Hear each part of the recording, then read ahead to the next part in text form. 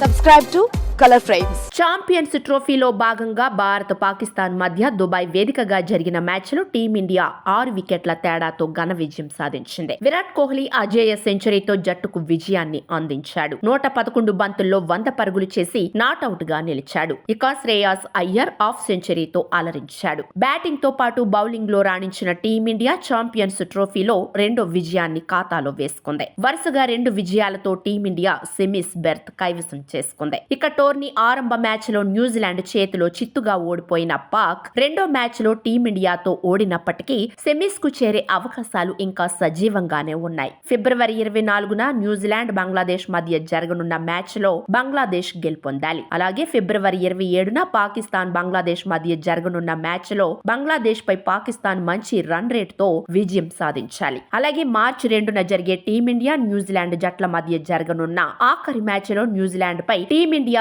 విజయం సాధించాలి. అప్పుడు ఛాంపియన్స్ ట్రోఫీ 2025 గ్రూప్ ఏలో పాకిస్తాన్, న్యూజిలాండ్, బంగ్లాదేశ్ జట్లు 2 పాయింట్లతో ఒకే స్థానంలో ఉంటాయి. అలాంటి పరిస్థితుల్లో నెట్ రన్ రేటు మెరుగ్గా ఉన్న కారణంగా రెండో సెమీస్ బెర్త్ పాకిస్తాన్ దక్కించుకుంటుంది. అలా కాకుండా బంగ్లాదేశ్ న్యూజిలాండ్ మ్యాచ్ లో న్యూజిలాండ్ గెలిస్తే మాత్రం పాకిస్తాన్ మరో అవకాశం లేకుండా టోర్నీ నుంచి అధికారికంగా వైదొలుగుతోంది. కాబట్టి పాకిస్తాన్ సెమీస్ రేస్ లో నిలవాలంటే న్యూజిలాండ్ ను బంగ్లాదేశ్ ఓడించాల్సి ఉంటుంది. దాంతో పాక్ అభిమానులు ఎలాగైనా బంగ్లా పులులు కివీస్ ను చిత్తుగా ఓడించాలని కోరుకుంటున్నారు. ఇక మరోవైపు తొలి మ్యాచ్ లో పాకిస్తాన్ ను చిత్తు చేసిన న్యూజిలాండ్ ఆత్మవిశ్వాసంతో జోరు మీదుంది. ఈ క్రమంలో గ్రూప్ ఏలో సోమవారం జరిగే మ్యాచ్ లో బంగ్లాదేశ్ తో తలపడుతోంది. ఈ మ్యాచ్ లోనూ గెలిచి సెమీఫైనల్లో స్థానం ఖరారు చేసుకోవాలని న్యూజిలాండ్ పట్టుదలతో ఉంది. వీడియో మీకు నచ్చినట్లయితే ప్లీజ్ లైక్ చేయండి, షేర్ చేయండి, కామెంట్ చేయండి.